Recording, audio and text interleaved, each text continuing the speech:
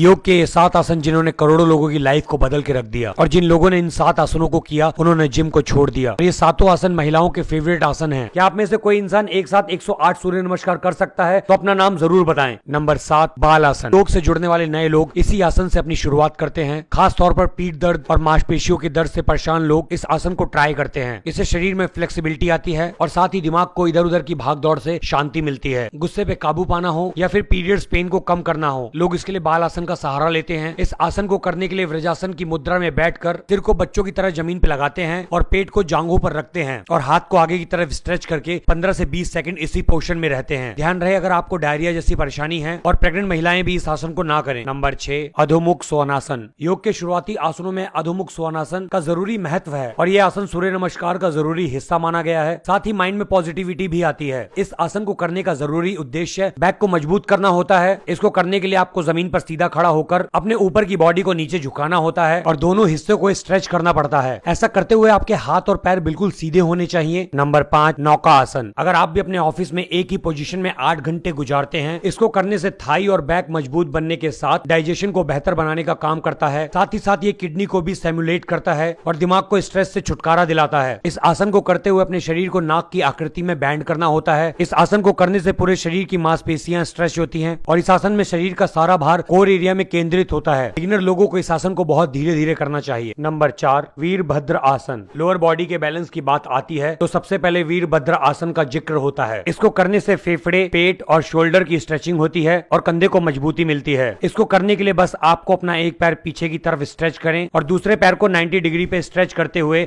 आगे की तरफ रखें। फिर दोनों हाथ को मिलाते हुए ऊपर की तरफ स्ट्रेच करें और गर्दन को भी हाथों के साथ स्ट्रेच करें। कम से कम 10 सेकंड के होल्ड करने के बाद अपनी पोजीशन पर वापस आ जाएं और लगातार इस प्रोसेस को दोहराते रहें। नंबर 3, भुजंग आसन। भुजंग आसन योग के कुछ खास आसनों में से एक है और अगर आप इस आसन को करने में मास्टर हो जाते हैं तो आपके शरीर में होने वाले एनर्जी बूस्ट और ट्रांजिशन को आप खुद महसूस कर पाएंगे। भुजंग आसन खास तौर पर सूर्य नमस्कार का एक हिस्सा है। ये लोगों की बैक पेन सही करने के काम आता है। इसके चलते लीवर, किडनी भी शानदार तरीके से फंक्शन कर पाती है और डाइजेशन की शिकायत खत्म हो जाती है। भुजंग आसन को करने के लिए आपको पेट के बल लेटकर अपने हाथों को कंधे के पास रखना है और फिर सांस भरते हुए पूरी बॉडी को ऊपर की तरफ ले जाना है और कुछ सेकंड तक इस पोजीशन पे बरकरार रहते हुए वापस अपने शरीर को रिलैक्स करते हुए नीचे ले आना है। नंबर 2, सेतु बांध सर्वंग आसन। ये केवल आपकी रीढ़ की हड्डी पर काम नहीं करता बल्कि बॉडी और माइंड को अलर्ट रहने की पावर भी देता है और आपका ब्लड सर्कुलेशन पहले से बेहतर हो जाता है। इस आसन को करने के लिए सबसे पहले लेटकर पैरों को बंद करते हुए ऊपर की ओर करना जरूरी है। फिर उसके बाद अपने पेट को ऊपर उठाकर स्ट्रेच करना पड़ता है। ध्यान रहे, ऊपर जाते वक्त सांस को अंदर लेना है और कुछ सेकंड के बाद नीचे आते हुए सांस को बाहर की तरफ छोड़ना है। नंबर 1, धनुरासन। बैक पेन और मसल पेन की शिकायत करने वाले लोगों के लिए धनुरासन किसी रामबाण से कम नहीं है। ये उनकी रीढ़ की हड्डी को मजबूती देने के साथ साथ शरीर को फ्लेक्सिबल भी बनाता है और अस्थमा के मरीजों को ठीक करने के लिए यह आसन